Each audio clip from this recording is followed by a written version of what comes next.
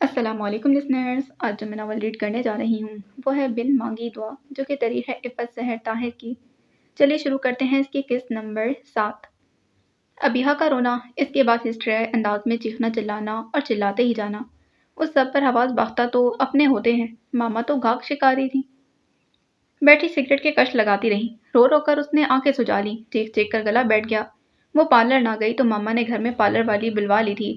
5 گھنٹوں کی محنت کے بعد اس کا فیشل ہو گیا، بالوں کی cutting, many cure paddy cure ہوا تو ساتھ ہی زندگی میں پہلی بار اس کی بہوؤں کو دھاگے نے چھوا تھا۔ اب تو صورتحال یہ تھی کہ وہ ذرا بھی آواز نکالتی تو ماما غرا اٹھتی تھی، اور ابیہا تو اپنے خوبصورت بالوں کو زمین پر بکھرا دیکھ کر ہی گونگی ہو گئی تھی۔ در حقیقت اب احتجاج کی ہمت ہی نہ رہی تھی، جو کچھ انہوں نے کرنا تھا وہ تو کر ہی رہی تھی۔ اب بتائیں میم، بیوٹیشین فاتحانہ انداز میں اسے ماما کے سامنے کرتے پوچھنے لگی، جیسے وہ اسی کی پروڈکشن ہو۔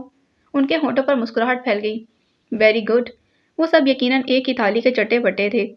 احسان مانو میرا، پرانی شکل لے کر باہر جاتی تو کوئی بھیک بھی نہ دیتا، ماما نے اسے قدادم دیوار گیر شیشے کے سامنے دھکیلتے حقارت سے کہا۔ وہ خود ترسی کا شکار خوفزدہ سی آئینے میں نظر آتے اجنبی سے عکس کو دیکھ کر منہ پر ہاتھ رکھ کر بامشکل چیخ روک پائی تھی۔ یہ جلوہ اور قاتل ادائیں لے کر کسی سیٹ پر بیٹھو تو دیکھنا کیسے تمہارے قدموں میں نوٹوں کے ڈھیر لگ جائیں گے۔ ماما کی آواز پگھلے شیشے کی طرح اس کے کانوں میں اتر رہی تھی۔ پلیز، میں ایسی لڑکی نہیں ہوں، پلیز مجھے جانے دیں یہاں سے۔ وہ دفعتاً ان کے آگے ہاتھ جوڑ کر بلک اٹھی تھی۔ انہوں نے طنزیہ ہنکار بھرا تھا۔ کہاں جاؤ گی؟ یہاں سے باہر جاتے ہی شکار ہو جاؤ گی، کوئی سونگھ کے مسل کے کوڑے کے ڈھیر میں پھینک دے گا، پھر ہاتھ جوڑنے کا موقع بھی نہیں ملے گا۔ وہ بولتی نہیں، زہر اگلتی تھی۔ ابیہا کے قریب آئیں تو وہ سہم سی گئی تھی۔ گدی سے اس کے بالوں کو مٹھی میں جکڑ کر انہوں نے اس کا چہرہ اپنے قریب کیا تھا۔ میرے لیے کام کرو گی تو تمہاری مرضی کے بغیر تمہاری عزت نہیں بیچوں گی، مگر اپنی مسکراہٹ اور ادائیں ضرور بیچنی پڑیں گی تمہیں، وہ اس کے کان میں کہہ رہی تھی۔ ادیب سرسراتا ہوا سا لہجہ تھا۔ ابیہا کے وجود میں فریری سی دوڑ گئی تھی، گگی بن گئی تھی۔ پلیز پلیز، انہوں نے اس کے بالوں کو جھٹکا دیا تو تکلیف کی شدت سے ابیہا کی چیخ نکل گئی تھی۔ بس، اس کے آگے ایک بھی پلیز نہیں، 2 ہی آپشن ہیں تمہارے پاس، یا تو اداؤں کا سودا کر لو یا پھر آج رات ہی پارٹی بلوا کر تمہارا سودا کر لیتی ہوں۔ وہ بے حد شفاق تھیں اور جارح بھی۔ ابیہا کی ساری ہمت جھاگ کی طرح بیٹھ گئی تھی۔ وہ اچھی طرح جان گئی تھی کہ اب زندگی کس کے زیر نگی گزرنے والی ہے۔ اس کی وارڈروب میں نت نئے ڈریسز آ گئے تھے، اسے پبلک ڈیلنگ کے اسرار و رموز ماما نے سکھائے تھے، جنہیں سن کر وہ تھرا گئی تھی، مگر یہ بہرحال طے تھا کہ وہ اس دلدل میں اترنے والی تھی۔ اس شام ہنا بھی لوٹ آئی تھی، بہت فریش، اٹھتی پھرتی تتلی کی طرح۔ اس نے کمرے میں داخل ہو کر لائٹ جلائی تو آنکھوں پر بازو رکھ کے لیٹی ابیہا چونک کر دیکھنے لگی۔ ہنا نے اس کا ایکس رے کیا تھا۔ ہنا نے اس کا یکسر بدلہ حلیہ دیکھ کر سیٹی بجائی تو وہ بجلی کی سی تیزی سے بستر سے اتر کر اس کی طرف آئی تھی۔ ہنا، ہنا، مجھے بچاؤ پلیز، مجھے یہاں سے جانا ہے، میں یہاں نہیں رہنا چاہتی۔ اسے جیسے امید کی آخری کرن دکھائی دی تھی۔ اس کی بہت اچھی دوست تھی، اسے یقین تھا کہ وہ ضرور اسے اس دلدل میں دھنسنے سے بچا لے گی۔ اس کی آنکھیں آنسوؤں سے بھر گئی تھیں اور آواز میں التجا بلکہ رحم کی بھیک تھی۔ ہنا نے لمحہ بھر کو آنکھیں بند کر کے گہری سانس بھری، پھر اسے دیکھ کر تلخی سے بولی، انسان بھی نا کتنا ناشکرا ہے، جتنا ملتا جائے اتنا ہی حریص ہوتا جاتا ہے۔ یہ مل گیا تو کیوں نہ ملا، یہ ملا اور وہ ملتا تو اچھا ہوتا۔ اس کے طنز اور تلخی سے بھرپور انداز پر ابیہا پھپک کر رو دی تھی۔ میں نے تو کبھی کچھ نہیں مانگا، اپنی استطاعت سے بڑھ کر حرص نہیں کی، مجھے بس اس گندگی سے بچا لو ہنا۔ بچا کے ہی تو لائی ہوں یہاں، ورنہ تم ہو کون؟ ہنا نے گہرے طنز سے کہتے اسے گھورا تھا۔ اتا پتا تک جانتی نہیں اپنا، گھر والے ہاسٹل میں ڈال کر بھولے ہوئے تھے، ابھی بھی ساتھ نہ لاتی تو لوٹ کا مال سمجھ کر کوئی لے گیا ہوتا تمہیں۔ ہنا کی زبان کے جوہر اب اس پر کھلے تھے۔ تم نے بھی تو وہی کیا ہے، اگر کوئی غیر کرتا تو اتنا گہرا دکھ نہ پہنچتا مجھے۔ تم تو میری بہت اچھی دوست ہو ہنا۔ ابیہا دکھ کی انتہا پر تھی۔ دیکھو، فی الزمانہ سب غرض کے رشتے ہیں، یہ دوستی وغیرہ اب صرف قصے کہانیوں میں ہے، اور دوسری بات یہ کہ میں تمہیں اغوا کر کے زبردستی یہاں نہیں لے کر آئی، ہنا نے نخوت سے کہا۔ مگر میں اب یہاں نہیں رہنا چاہتی ہنا، وہ بہت خوفزدہ لگ رہی تھی۔ میں نے تمہیں اول روز ہی باور کروا دیا تھا کہ اس گھر میں آدمی آتا تو اپنی مرضی سے ہے، مگر جانے کی پرمیشن صرف اور صرف میم ہی دے سکتی ہیں۔ یہ ہنا کی دیدہ دلیری تھی کہ وہ اس کے سامنے اب ماما کو میم کہہ رہی تھی۔ میں یہ سب نہیں کر سکتی ہنا، تم جانتی ہو مجھے۔ وہ ککیا کر بولی تھی، وہ معافی کی حد تک جا سکتی تھی اگر ہنا اسے میم کے چنگل سے بچا لیتی۔ صرف پہلا قدم اٹھانے سے خوف آتا ہے، پھر تو فل انجوائمنٹ ہے۔ تم نے دیکھا نہیں، چھوٹا بچہ بھی صرف پہلا قدم اٹھانے سے ہی ڈرتا ہے، اس کے بعد تو بخوشی دوڑتا ہے۔ تم بھی یہ کڑوا گھونٹ پی لو، اس کے بعد سارے میٹھے گھونٹ بھی تمہارے ہیں۔ وہ بےحد اطمینان سے اسے مشورہ دے رہی تھی، میرے سے گویا اس کی خوش قسمتی کا احساس دلاتے بولی، اور تم تو لکی بھی ہو، صرف آفس سیکرٹری بن کر ادائیں دکھانے کی جاب ملی ہے۔ مجھے جب میری سوتیلی ماں میم کے پاس جاب کے لیے چھوڑ کر گئی تھی تو میری انا اور خودداری کو آتے ہی میم نے اپنے ڈرائیور کے آگے ڈال دیا تھا۔ سوچ سکتی ہو تم، جب تک میرے اندر سے سیلف رسپیکٹ ختم نہیں ہو گئی، مجھے اس بھوکے کتے کے سامنے ہڈی کی طرح ڈالے رکھا۔ وہ چنگم کا ریپر اتارتے ہوئے بہت سکون سے اپنی آپ بیتی سنا رہی تھی۔ ابھی حق کی ریڑھ کی ہڈی میں سنسناہٹ دوڑ گئی تھی، اس کے رونگٹے کھڑے ہو گئے۔ اور اب میں تمہارے سامنے ہوں، ایک پالش شدہ نئی نکور ہنا۔ وہ ڈرائیور بھی ہاتھ باندھے میڈم میڈم کرتا پھرتا ہے اب۔ اس کی خوش فہمی کے عجیب ہی انداز تھے۔ ابیحہ کو کراہیت آئی تھی۔ وہ بے اختیار ہنا سے 2 قدم دور ہٹ گئی۔ اور وہ تمہارے چچا؟ جانتے ہوئے بھی ابیحہ نے ہکلا کر پوچھ ہی لیا۔ ہاں، چچا؟ ہنا کے منہ سے اس نے پہلی بار گندی گالی سنی تھی۔ یتیم لڑکی بن کے پہلی بار اس کتے سے مدد مانگی تو اس نے صاف انکار کر دیا کہ حرام کی کمائی نہیں، محنت کا پیسہ ہے، ایسے ہی غریبوں یتیموں پر نہیں لٹا سکتا۔ پھر جب اپنی چمڑی دکھائی تو اس نے دمڑی نکالنے میں 1 منٹ نہیں لگایا تھا۔ یہ دنیا نیکوں کے لیے ہے ہی نہیں میری جان، اور تم تو ویسے بھی بے وقوف ہو۔ اس روز میں نے آفر بھی کی تھی 1-2 گھنٹے اس کمینے چچا پر لگاتی تو پھر پرس بھر کر لوٹا دیتا تمہیں، آرام سے ایگزامس دیتی اور ساتھ یہ پارٹ ٹائم جاب بھی جاری رہتی۔ ہنا کی گراوٹ کی کوئی حد نہ تھی۔ ابیحہ کی رنگت تو یہ سب سن کر ہی سفید پڑ گئی تھی، مانو خون کا ایک قطرہ بھی نہ ہو جسم میں۔ وہ پیچھے ہٹ کر بستر پر ٹک گئی تھی۔ تھوڑی دیر اور کھڑی رہتی تو شاید گر ہی جاتی۔ چلو کہیں آؤٹنگ پر چلتے ہیں، تمہارا موڈ بھی ٹھیک ہو جائے گا اور فریش ایئر میں تو کچھ بہتر بھی محسوس کر سکو گی۔ تم یہاں سے دفع ہو جاؤ ہنا، میری پہلی اور آخری خواہش یہی ہے کہ تم مجھے دکھائی نہ دو۔ ابیحہ نے نفرت سے اسے دیکھا، غلاظت میں نری نظر آتی تھی وہ، گندے رشتوں کو باپ بھائی اور چچا کے پردوں میں چھپا کر کاروبار کرنے والی۔ اسے خیال آیا تبھی سیفی اس کے بھائی کہنے پر دل ملایا کرتا تھا، مگر ہنا کا دل کبھی اس گناہ سے نہ لرزا تھا۔ اوکے، بیسٹ آف لک۔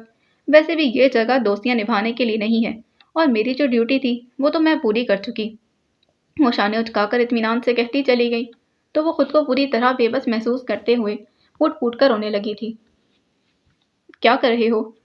رباب کی فریش سی آواز بھی اسے فریش نہیں کر پائی تھی۔ آج وہ صحیح معنوں میں امتیاز احمد کی سیٹ پر آ کر بیٹھا تو وہ بے حد ڈسٹرب تھا۔ وہ اپنے باپ کی سیٹ پر بیٹھنے کی ہمت خود میں نہیں پاتا تھا، مگر اس کمرے سے اٹھتی باپ کی مہک اور ان کی یادوں نے اسے مجبور کیا کہ وہ یہیں بیٹھے، ورنہ اس کا اپنا آفس بھی موجود تھا۔ وہ مودی صاحب کے ساتھ سر کھپا رہا تھا، جو اس کی غیر موجودگی اور امتیاز احمد کی ناگہانی موت کے باعث فیکٹری کا کام سنبھال رہے تھے۔ اس عرصے میں معیز کی عدم دلچسپی کے باعث کئی کانٹریکٹ منسوخ کرنے پڑے تھے، جس کی وجہ سے کافی نقصان بھی ہوا تھا۔ مودی صاحب نہ صرف مینیجر کی پوسٹ پر تھے بلکہ امتیاز احمد کے دوست بھی تھے، اسی لیے معیز کے دل میں ان کے لیے احترام تھا تو وہ بھی اپنے بچوں کی طرح ہی سمجھتے تھے اور بزنس کے اسرار و رموز سمجھاتے۔ ایسے میں رباب کا فون آنا وہ سچ مچ ڈسٹرب ہو رہا تھا۔ اچھا ایسا ہے کہ میں تھوڑا بزی ہوں، تم بعد میں کال کرنا، بلکہ میں فارغ ہو کے خود ہی کر لوں گا۔ معیز کا ذہن مودی صاحب کے مشوروں میں الجھا ہوا تھا۔ رباب کو اس نے عجلت میں جواب دے دیا، اس کے ساتھ ہی اوکے خدا حافظ کہہ کر دوبارہ مودی صاحب کی جانب متوجہ ہوا۔ رباب نے بے اعتباری سے سیل فون کو دیکھا، اسے اپنی شدید ہدک محسوس ہوئی تھی۔ ایسے تو اسے زندگی میں کبھی کسی نے نہ ٹرکھایا تھا، ویسے ہر ایک کو جوتے کی نوک پر رکھا کرتی تھی، اور اب کہ خود آ گئی تھی اسے دھیان آیا معیز وہ پہلا لڑکا تھا جس کی طرف وہ خود بڑھی تھی، ورنہ اس سے پہلے تو وہ انہی کے داؤ پیچ سے کھیلتی تھی، جن کی نظروں میں اپنے لیے ستائش دیکھتی۔ وہ ابھی معیز کی طبیعت صاف کرنا چاہتی تھی، مگر اس نے دوبارہ کال ملائی۔ اس بار معیز نے اس کی کال اٹینڈ کرنے کی زحمت نہیں کی تھی۔ مارے غصے کے رباب کے ہاتھ کانپنے لگے، اور ایسا غیظ و غضب کے عالم میں اس کے ساتھ ہمیشہ ہی ہوتا تھا۔ اس نے معیز کو گالی دیتے ہوئے موبائل ایک طرف اچھال دیا تھا۔ دیکھ لوں گی معیز احمد، تمہیں بھی اپنے جوتوں کی خاک چٹواؤں گی تمہیں، اور پھر ایک زوردار ٹھوکر تمہاری مقدر ہوگی۔ اس کی مٹھیاں بھیجی ہوئی تھیں۔ اسی وقت دروازہ کھلنے کی آواز پر وہ چونکی اور جلدی سے گہری سانس بھر کر خود کو نارمل کرنے کی کوشش کی۔ ربا اگر بزی نہیں ہو تو ماما تھی، مگر ان کی بات آدھی منہ میں رہ گئی۔ اندر آتے ان کا پاؤں کسی چیز پر پڑا اور کچھ چیخنے کی آواز آئی تو وہ بے اختیار بات ادھوری چھوڑ کر اپنے پاؤں کے نیچے دیکھنے لگی۔ او نو، یہ تو تمہارا موبائل فون ہے۔ انہوں نے تعصب سے کہتے اسے دیکھا تو اس کے تنے ہوئے تاثرات دیکھ کر بے اختیار اس کے نزدیک آئیں اور اس کے چہرے کو انگلیوں سے چھوا۔ کیا ہوا ہے ربا؟ کسی فرینڈ سے جھگڑا تو نہیں ہو گیا؟ آپ بتائیں کیا کہنے آئی تھی؟ اس نے ان کے سوال کو یکسر نظر انداز کرتے عام سے انداز میں پوچھا تو ماما نے ایک بار پھر 30,000 کے کچرا بنے موبائل کو ایک نظر دیکھا تھا۔ وہ جانتی تھی کہ اب وہ لاکھ سر پٹخیں رباب انہیں اپنے معاملے کا ایک لفظ بھی نہیں بتانے والی۔ ہاں، وہ میں پوچھ رہی تھی کہ اگر فری ہو تو میرے ساتھ ذرا مارکیٹ تک چلو گی؟ موسم بدل رہا ہے، کچھ کپڑے خریدنے ہیں۔ انہوں نے بھی ہمیشہ کی طرح سر پہ نظر ہی کیا۔ وہ جانتی تھی کہ شدید غصے میں ربا انتہائی نقصان کرتی تھی۔ نہیں مام، میرا بالکل بھی موڈ نہیں شاپس کھنگالنے کا، آپ زری کو لے جائیں۔ اس کا انکار صفا چٹ تھا، ساتھ ہی اس نے انہیں فل ٹائم ملازمہ زری کو لے جانے کا مشورہ دیا۔ کمان جان، تم ساتھ چلو، موڈ فریش ہو جائے گا۔ مجھے پتا ہے تم غصے میں ہو اور میرے جانے کے بعد اکیلے مزید کڑھو گی۔ انہوں نے پیار سے کہا تو رباب نے سر جھٹکا اور ان کی بات کا جواب دیے بغیر بستر پر پڑا ریموٹ اٹھا کر دیوار کی LCD آن کر لیا تھا اور خود تکیے سے ٹیک لگا کر بیٹھ گئی۔ یعنی یہ اشارہ تھا کہ اب وہ جا سکتی ہیں۔ انہوں نے تعصب سے اپنی لاڈلی اور خودسر بیٹی کو دیکھا۔ اکلوتی بیٹی ہونے کے ناطے انہوں نے تو اسے پیار دیا ہی تھا، مگر اس کے باپ کے بیجا لاڈ نے اسے انتہا درجے کا خودسر بھی بنا دیا تھا اور بھائی بھی ہر ضد پوری کرنے کو تیار۔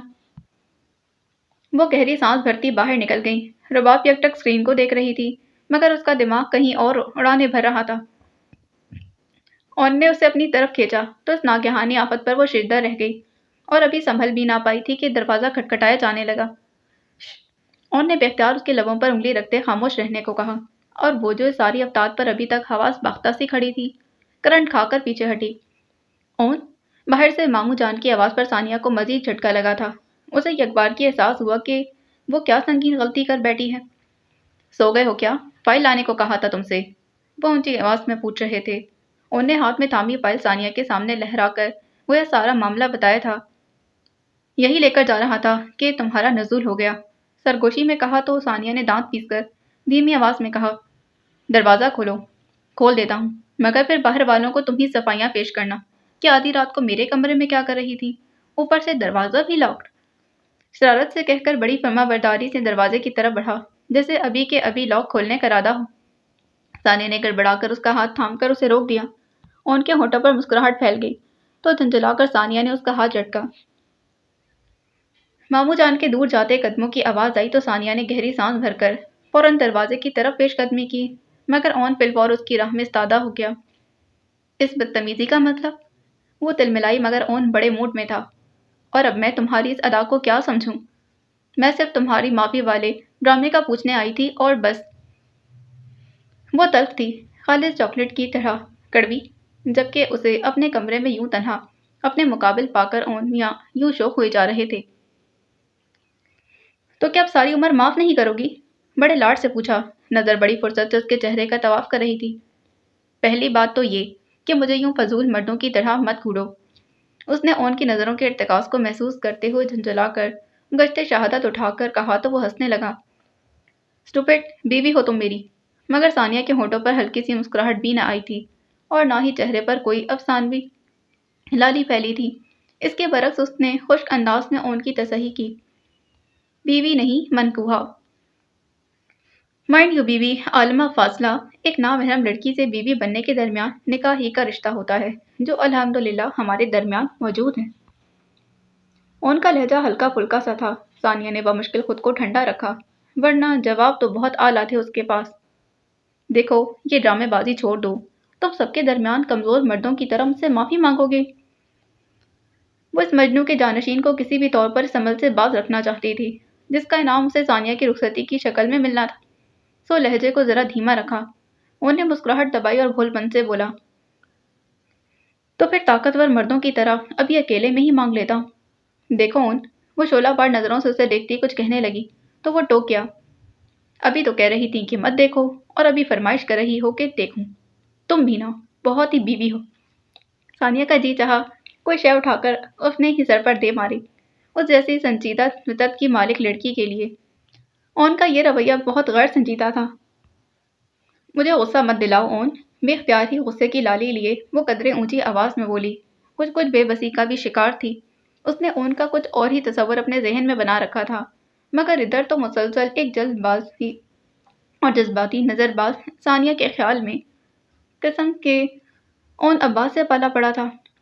میں ابھی شادی کے جھنجٹ میں نہیں پڑنا چاہتی۔ تم چاہتے ہو کہ میں لندن نہ جاؤں، اوکے ڈن، مگر صبح تم مجھ سے کوئی معافی نہیں مانگو گے اور نہ ہی میری رخصتی کا مطالبہ کرو گے۔ اس کا انداز دو ٹوک تھا۔ ان نے گہری نگاہ اس پر ڈالی۔ مگر کوئی وجہ بھی تو ہو تمہاری بات ماننے کی۔ وہ بولا تو اب کی بار لہجے میں سنجیدگی بھری لاپرواہی تھی۔ ثانیہ چڑھ کر بولی، یہ وجہ کیا کم ہے کہ میں خود اپنی رخصتی سے انکار کر رہی ہوں۔ تمہیں تو فوراً شوہروں کی طرح میری بات کو انا کا مسئلہ بنا لینا ہے اور خود اس رخصتی سے انکار کر دینا چاہیے۔ کیا تم کسی اور کوئی اور ہے تمہاری زندگی میں؟ لمحہ بھر کے توقف کے بعد اون نے بے حد سنجیدگی سے پوچھا تو ثانیہ کی رنگت میں غصے کی سرخی گھل گئی تھی۔ تم سے میں ہر انتہائی سوچ کی توقع کر سکتی ہوں، اس نے تلخی سے کہا اور ہاتھ کے اشارے سے اسے پرے ہٹنے کا کہا۔ اوکے، یعنی تمہاری زندگی میں صرف میں ہوں، وہ مطمئن ہوا تھا۔ تو پھر کیا مسئلہ ہے یار، کیوں سیدھے سادے معاملے کو گنجلک بنا رہی ہو؟ ثانیہ نے دانتوں پر دانت جمائے، پھر خود پر ضبط کرتے تلخی سے بولی، مجھے تم پر اعتبار نہیں ہے۔ تم جو محض پانی کی سطح سے دیکھ کر اس کی گہرائی کا اندازہ لگانے کی کوشش کرتے ہو، یہ سمجھے بغیر کہ پانی میں اترے بغیر اس کی گہرائی کا اندازہ نہیں لگایا جا سکتا۔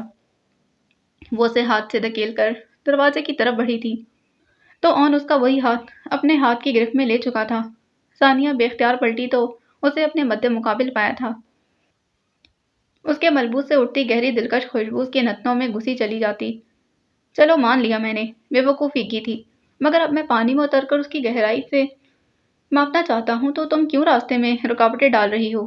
اس کا لہجہ دھیما تھا۔ وہ اس کی قربت پر شرمائی نہ گھبرائی، اس کے برعکس اسے گھورتے ہوئے اپنے لفظوں پر زور دے کر بولی، تم صرف یہ جان رکھو کہ میں اس شادی سے فی الحال 0% بھی انٹرسٹڈ نہیں۔ اگر اپنی زندگی برباد کرنا چاہتے ہو تو بس حد شوق اپنا ڈرامہ پورا کر لو، مگر اتنا جان لینا اون عباس، زبردستی کے سودے میں دل جسم ہی ہاتھ آیا کرتے ہیں۔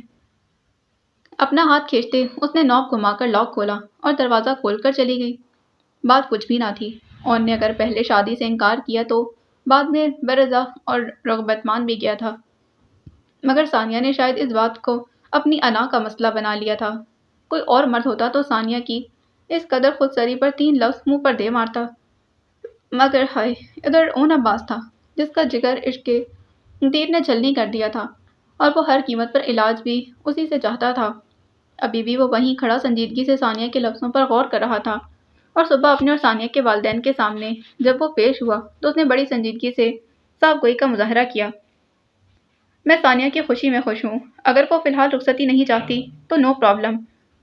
میں نے لا علمی میں اسے جو دکھ پہنچایا ہے، شاید اس کی بھرپائی تک وہ اپنے دل کو اس رشتے کو نبھانے کے لیے راضی نہ کر پائے، اسی لیے میں اسے وقت دینا چاہتا ہوں۔ وہ مجھے اچھی طرح جان لے، سمجھ لے اور اپنی مرضی کا فیصلہ کرے۔ میں ہر حال میں اس کا انتظار کروں گا۔ وہ بڑے مدبرانہ انداز میں کہہ رہا تھا، اور جیسے ہی اس نے سارا ملبہ ثانیہ پر گرایا، ثانیہ کا تو دانت پیس کر بڑا حال تھا۔ مگر بہرحال رخصتی کا معاملہ تو ٹل گیا تھا۔ کمرے میں ثانیہ نے ٹہلتے لمبے سانس لے کر خود کو نارمل کرنے کی کوشش کی۔ موبائل کی میسج ٹون پر وہ موبائل اٹھا کر دیکھنے لگی۔ ان کا میسج جگمگا رہا تھا۔ پرندوں کی نظر کمال کی ہوتی ہے، مگر دانہ دیکھ کر وہ جال کو بھول جاتے ہیں اور اسیر ہو جاتے ہیں۔ مجھے یقین ہے تم جو اتنی عقل مند بنتی ہو نا، میری پسپائی کے پیچھے محبت کے بچھے جال میں نہ پھنس جانا تو کہنا، میں تو تمہاری اس بے تنائی کے باوجود اسیر محبت ہوں۔ دیکھنا تمہیں کیسے محبت سے اپنی محبت کا شکار کرتا ہوں، مائی ڈیئر وائف۔ پورا میسج پڑھنے تک نہ صرف ثانیہ کے کانوں سے دھواں نکلنے لگا تھا بلکہ بی پی بھی شوٹ کر گیا تھا۔ اتنے غصے سے اس نے ان کا میسج ڈیلیٹ کیا کہ گویا موبائل کے بٹن کی جگہ ان کی گردن دبا رہی ہو۔ تم کیا جانو اون عباس، محبت ہے کس چڑیا کا نام۔ ڈرائیور اسے سیفی کے آفس چھوڑ گیا تھا۔ یہ کوئی بہت بدلی ہوئی ابیہا تھی، ماڈرن سی خوبصورت انداز میں کٹے بال سلیقے سے شانوں پر بکھرے ہوئے تھے، رو رو کر سوجی ہوئی آنکھیں جن پر ڈارک سن گلاسز تھے۔ ٹراؤزر اور پنک ٹاپ میں ملبوس وہ گاڑی سے اتری، اپنا بیگ شولڈر پر ڈالا۔ ڈرائیور اس کا منتظر کھڑا تھا۔ وہ مر جانے کو تھی۔ اس کا دل کر رہا تھا کسی پارکنگ لاٹ میں ناڑے مار مار کر رونے لگے۔ اس نے سر اٹھا کر اونچی شاندار بلڈنگ کو دیکھا تھا۔ سیفی کو اس کے آنے کی خبر تھی۔ وہ خود بانسیں پھیلائے دروازے میں ہی اس کے استقبال کو موجود تھا۔ ڈرائیور اسے دیکھ کر مدبانہ واپس ہو لیا۔ واؤ، یقین نہیں آتا، میں تو پہلی بار تمہیں دیکھ کر بچی گیا تھا، اب تو قیامت بن گئی ہو۔ سیفی مخمور سا تھا۔ اس کی نگاہ بیہا کے نہ چادر کے وجود میں لپٹی جا رہی تھی۔ وہ بے اختیار سمٹی، مگر نہ دوپٹہ نہ اسکارف۔ اس کے دل سے نوحے اٹھے تھے، بے آواز آہیں اور چیخیں۔ سیفی نے اس کے شانے پر بازو پھیلانا چاہت۔ میں خود چل سکتی، وہ سختی سے بولی تو لمحہ بھر حیران ہونے کے بعد وہ ہنس دیا تھا۔ اوکے، ایز یو وش، چلو باقی سٹاف سے تمہارا تعارف کروا دوں۔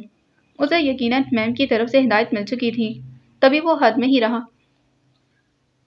ایک قیامت کا مرحلہ طے کرنے کے بعد پورے سٹاف سے مل کر اب وہ اپنے چھوٹے مگر ویل ڈیکوریٹڈ کمرے میں بیٹھی تو آنکھیں بھر بھر آئی تھیں۔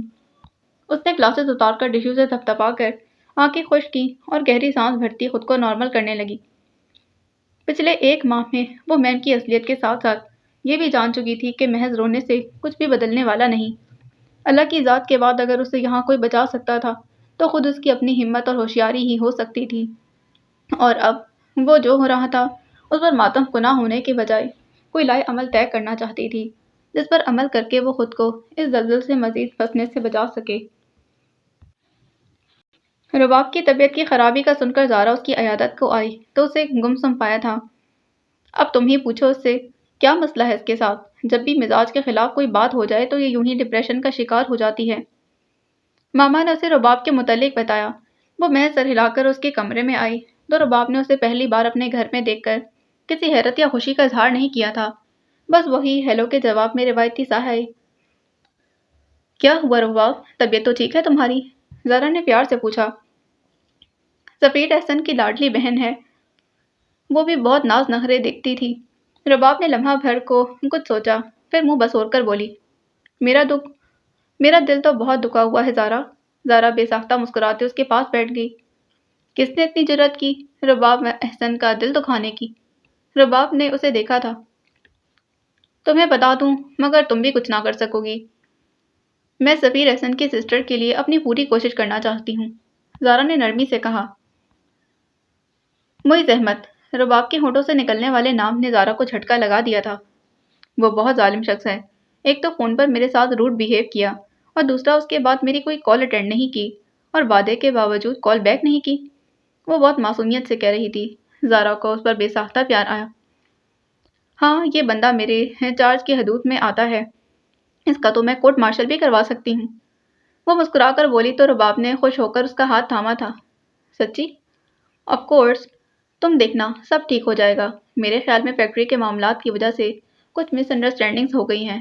ابو کے بعد اب انہیں ہی سب کچھ سنبھالنا ہے، بزی ہوں گے وہاں۔ اسے تسلی دیتے ہوئے زارا بھائی کی طرف سے صفائی پیش کر رہی تھی۔ رباب کو کچھ اطمینان ہوا اور زخمی انا کو بھی تھوڑا مرہم لگا تھا۔ پھر بھی یار، اپنے بھائی کو سمجھاؤ، لڑکیوں کے دل بہت نازک ہوتے ہیں، اتنی بے رخی سے ٹوٹ جایا کرتے ہیں۔ اس نے بڑے انداز سے زارا کو باور کروایا کہ کچھ ہے معیز اور اس کے درمیان، اور زارا کو یہ راز پا کر دلی مسرت اور اطمینان ہوا کہ سب کچھ اس کی سوچ کے مطابق ہو رہا تھا۔ اوکے، تم ٹینشن مت لو، اٹھو ذرا لانگ ڈرائیو پر چلتے ہیں، فریش ہو کر پھر پلاننگ کریں گے میرے بھائی صاحب کو راہ پر کیسے لانا ہے۔ زارا نے مسکرا کر کہا تو وہ فوراً اٹھ گئی تھی۔ اس کے واش روم میں جانے کے بعد زارا خود ہی سوچوں کے تانے بانے بنتے مسکرانے لگی۔ آج بہت دنوں کے بعد سفینہ نے اسے مخاطب کیا تو معیز کا دل اطمینان سے بھر گیا تھا۔ آفس کا کام کیسا چل رہا ہے؟ ٹھیک ہے ماما، مودی صاحب کی وجہ سے بہت مسئلہ ہے مجھے۔ وہ مسکرایا، بہت عرصے بعد وہ تھکان سے پاک ایک مسکراہٹ تھی۔ انہوں نے چائے لے کر آتی زارا کو دیکھا۔ ابھی وہ لوگ رات کے کھانے سے فارغ ہوئے تھے۔ تم نے رباب سے کوئی مس بیہیو کیا ہے؟ ان کی بات بہت غیر متوقع تھی۔ معیز چائے کا کپ تھامتے چونکا، پھر ذرا سا سوچنے کے بعد شانے اچکا دیے تھے۔ ایسا تو کچھ نہیں ہوا، مودی صاحب سے ڈسکشن کے دوران اس کی کال آئی تو میں بات نہیں کر سکا، اور بعد میں بات کرنے کا کہہ دیا تھا۔ تم نے اسے کال بیک کا کہا تھا تو پھر کی کیوں نہیں؟ تفتیشی انداز۔ موئز کو حیرت ہوئی۔ اس نے آپ سے شکایت کی ہے؟ وہ بہت ڈسٹرب ہے آپ کے رویے سے۔ آج میں اس سے ملنے گئی تھی۔ زارا نے بھی گفتگو میں حصہ لیا۔ اس میں ڈپریس ہونے کی کون سی بات ہے؟ میں اس وقت فارغ نہیں تھا، بات نہیں کر سکا، موئز نے لاپرواہی سے کہا۔ زارا کو رباب جیسی شدت موئز کے انداز اور اطوار میں کہیں دکھائی نہ دی تھی۔ وہ کل سے آپ کی کال کا ویٹ کر رہی تھی، زارا نے جتایا تھا۔ کمان زارا، اتنی ہی ضروری بات تھی تو وہ مجھے دوبارہ کال کر لیتی۔ مجھے واقعی بات میں یاد نہیں رہا تھا۔ موئز نے بات ختم کر دی۔ یہ کوئی عام بات نہیں موئز، تمہاری بہن کے سسرال کا معاملہ ہے۔ سفینہ نے بات کو آگے بڑھایا تو موئز کو ہلکی سی جھنجھلاہٹ نے گھیر لیا۔ آپ میری رباب سے دوستی کو بہن کے سسرال سے الگ ہی رکھیں ماما۔ میں اسے زارا کی نند کے حوالے سے نہیں بلکہ ایک فرینڈ کے حوالے سے ملتا ہوں۔ تمہارے سمجھنے سے رشتہ بدل نہیں جائے گا موئز، سفینہ نے اسے جتایا تھا۔ وہ سفیر کی بہت لاڈلی بہن ہے، اس نے مجھے کہا ہے رباب کا بہت خیال رکھنے کو۔ زارا خواہ مخواہ ہی حساس ہو رہی تھی۔ تو تم رکھو اس کا خیال، مجھ پر کوئی پابندی نہیں۔ موئز اس موضوع سے چڑھنے لگا تھا۔ زارا کو اس کا انداز برا لگا تھا، تبھی وہ مزید کچھ کہے بغیر اٹھ کر چلی گئی۔ تم ٹھیک کہہ رہے ہو موئز، تمہاری رباب سے الگ طرح کی دوستی ہے، مگر رہے گی تو وہ سفیر کی بہن اور زارا کی نن ہی نا۔ سفینہ نے سنجیدگی سے اسے سمجھایا۔ اوکے ماما، میں کال کر لوں گا اور سمجھا لوں گا۔ موئز کو بات ختم کرنے کا یہی طریقہ سمجھ آیا تھا۔ کوشش کرو کہ تم دونوں کے درمیان انڈرسٹینڈنگ ڈیولپ ہو جائے۔ میرا تو ارادہ ہے کہ زارا اور سفیر کے ساتھ تم دونوں کی بھی شادی کر دوں۔ موئز کے تاثرات میں سنجیدگی اتر آئی تھی۔ جیسا چل رہا ہے ویسا چلنے دیں ماما، میں فی الحال اس چکر میں نہیں پڑنا چاہتا، میرے لیے دوسرے مسائل ہی کافی ہیں۔ ہاں، تمہارے باپ کے چھوڑے ہوئے مسئلے، جن میں سب سے فہرست ابیحہ مراد کو ڈھونڈنا ہے، وہ تنزن بولی۔ ان کی CID کمال تھی۔ آپ کو برا تو لگے گا مگر یہ حقیقت ہے، آپ درست کہہ رہی ہیں، وہ دھیمے لہجے میں بولا۔ دفع کرو اسے، مٹی ڈالو اس لڑکی پر۔ وصیت کا کیا ہے؟ عدالت میں جا کر دعویٰ کرو کہ یہ لڑکی مر چکی ہے، تو گواہ پیش کرو اور اس کا حصہ اپنے نام کروا لو۔ جو بے وقوفی تمہارے باپ نے کی ہے اسے آگے مت بڑھاؤ۔ سفینہ انتہائی سوچ کی مالک تھیں، اب کبھی تلخی سے بولی تو موئز کی نگاہ میں تعصب ابھر آیا تھا۔